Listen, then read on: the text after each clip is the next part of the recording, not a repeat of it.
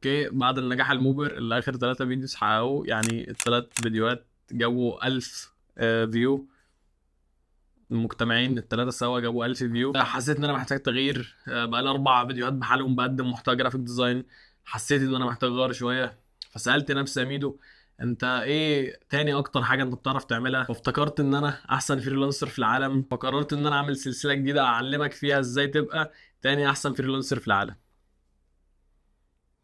وده اسم السلسله.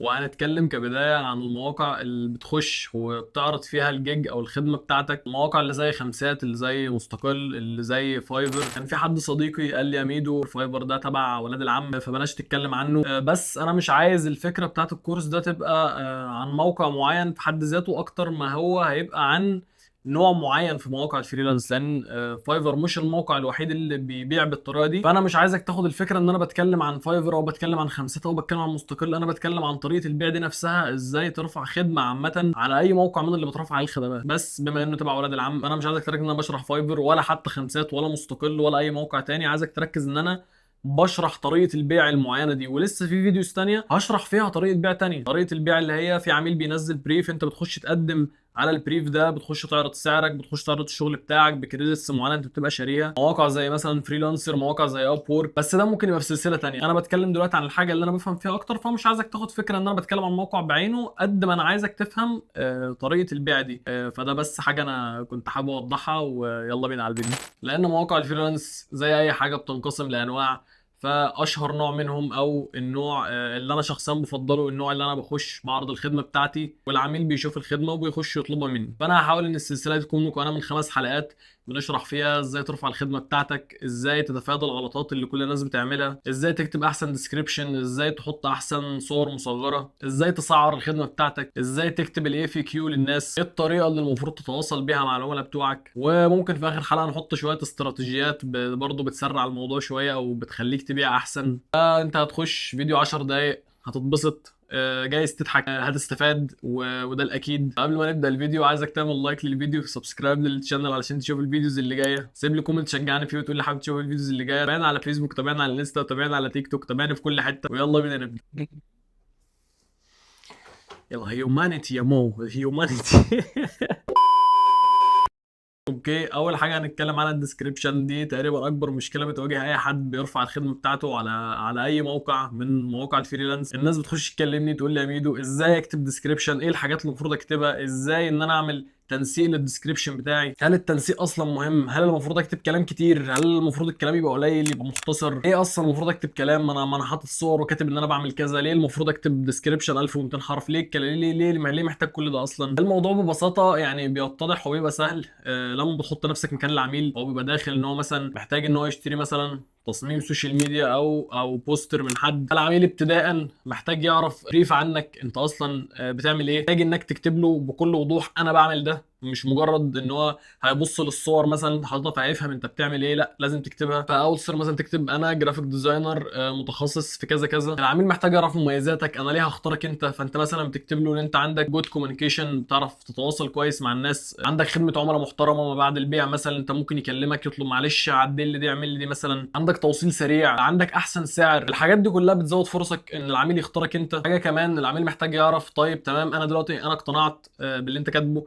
واقتنعت بالمميزات بتاعتك، طيب انا محتاج ايه علشان ابدا. فانت مثلا بتكتب له ان انا ده مثلا محتاج المقاس بتاع الديزاين بتاعك، محتاج ريفرنس، بس ده بنكتب مثلا جنبه اوبشنال اللي هو مش لازم، بس لو في ريفرنس يعني يا ريت. المقاس بتاع التصميم ده برضه بتبقى حاجه مش اوبشنال، ده لازم يتكتب. بنحط مثلا بين قوسين اوبشنال على الحاجات اللي هي الاوبشنال، والحاجات اللي هي اجباري ما بنسيبها زي ما هي. اكتب مثلا انت محتاج بريف مكون مثلا من سطرين او بريف عامه عن الحاجه اللي هو محتاجها، يكتب لك بريف انا محتاج كذا كذا كذا. بتكتب له ان انا محتاج مثلا الالوان اللي انت عايز تستخدمها، بتكتب له مثلا لو في ويب سايت او في سوشيال ميديا هينزل على الديزاين ده ممكن تبعتها لي اشوف انا الحاجات اللي قبل كده استنتج انا منها الالوان، اعرف لو في هويه معينه مثلا المفروض اتبعها. فاحنا لحد هنا بنكون مثلا كتبنا سطر او سطرين عن انت مين وبتعمل ايه ومتخصص في ايه ومتميز في ايه. تاني حاجه بنكتب المميزات بتاعتك، انا عندي جود كوميونيكيشن، انا عندي فاست دليفري، انا عندي مثلا احسن اسعار. بعدها بتكتب طيب انت محتاج ايه علشان تبدا. انا مثلا محتاج ريفرنس، انا محتاج التكست اللي هكتبه، انا محتاج بريف عن اللي انت محتاجه، انا محتاج السايز بتاع الديزاين اللي انت محتاجه. حاجه مثلا بقيت بعملها مؤخرا ان انا ممكن اكتب ان في سبيشال اوفر، ان انا مثلا السعر اللي موجود حاليا ده سعر مميز، انا مثلا ممكن هيغلى بعدين او حاجه زي كده، وده برضو بيجيب نتيجه. وتختم الديسكريبشن بجمله لطيفه زي لو انا في خدمتك يعني كلمني في اي وقت، او انا مستعد لمساعدتك في اي وقت لو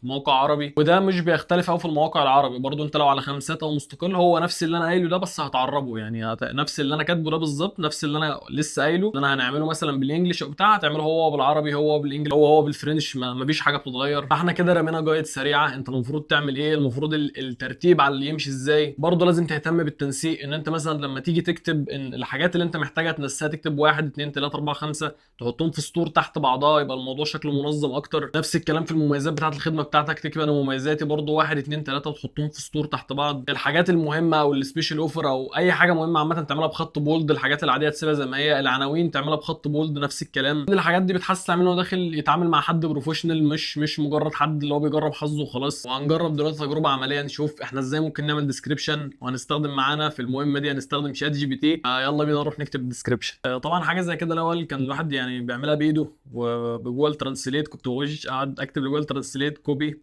بيست كل شويه. بس طبعا دلوقتي يعني بقى معانا جيميناي وشات جي بي تي ومليون حاجه وحاجه، فما بقناش مضطر ان احنا نعمل ده. فهنسيب المهمه البسيطه لشات جي بي تي، هوريك ازاي تخلي شات جي بي تي يكتب لك الديسكريبشن بتاعك.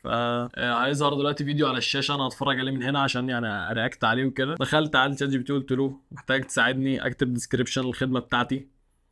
قلت له عاوز ابدا الخدمه بتعريف نفسي، انا جرافيك ديزاينر خبره 7 سنين متخصص في صناعه البوسترات الرياضيه واشتغلت مع شركات كتير وانديه كتير. وبعد كده عاوزك تكتب المميزات بتاعتي بتنسيق كويس تحت بعض، ان انا مثلا عندي توصيل سريع، تواصل جيد مع العملاء وخدمه عملاء بعد البيع، وان انا عندي احسن اسعار. اخر حاجه عاوزك تكتب الحاجات اللي انا محتاجها عشان ابدا، ان انا مثلا محتاج بريف عن العميل عاوزه، محتاج التكست اللي هيتكتب، مقاس التصميم، الالوان والريفرنس. وانا هنا برضو مديله حريه ان هو يزود حاجات، ان هو لو شايف ان في حاجه تضاف ان هو ممكن يضيفها. وقلت له ان انا عاوز اختم الديسكريبشن بجمله لطيفه زي انا في خدمتك في اي وقت، مستني ايه كلمني. دوست سند وبمنتهى السهوله الكابشن بتاعي بقى جاهز، كتب لي كل حاجه، كتب about me، كتب why choose me، حاطط لي 6 نقط، كاتب what I need to start your order، كاتب لي برضو 5 نقط، a clear brief، التكست، السايز، الالوان والريفرنس، وكاتب final note I'm here for you anytime. بس يعني احنا مش في الفاينل نوت مش هنكتب عليها عنوان فاينل نوت، لا احنا يعني هنكتبها زي ما هي كده وخلاص، يعني من غير العنوان ده. وبس كده كده يكون اول درس خلص. عرفنا ازاي بنكتب ديسكريبشن، الموضوع بسيط ما فيهوش اي تعقيد. وطبعا برضه بقى معانا شات جي بي تي، ما عدناش محتاجين ان احنا نروح لجوجل ترانسليت او الكلام ده كله. مش لازم تعمل الحاجات بنفس الترتيب ده بالظبط، ممكن تغير فيه، مش لازم تكتب نفس الحاجات اللي كاتبها بالظبط، ممكن تغير فيها، ممكن تسال شات جي بي تي اصلا عن حاجات تانية غير اللي انا كاتبها وحاجات تانية غير اللي انا قايلها. بس كده تكون الحلقه الاولى من كورس ازاي تبقى تاني احسن فريلانسر في العالم خلصت. لو عجبك الفيديو عايزك تعمل لايك للفيديو وسبسكرايب للشانل وتسيب لي كومنت تشجعني فيه وتقول لي عاوز تشوف الفيديوز اللي جايه. تابعني هنا، اعمل لي سبسكرايب هنا، تابعنا على فيسبوك، تابعنا على الانستجرام، تابعنا على تيك توك، تابعنا على فيسبوك، تابعني في كل حته. وبس كده.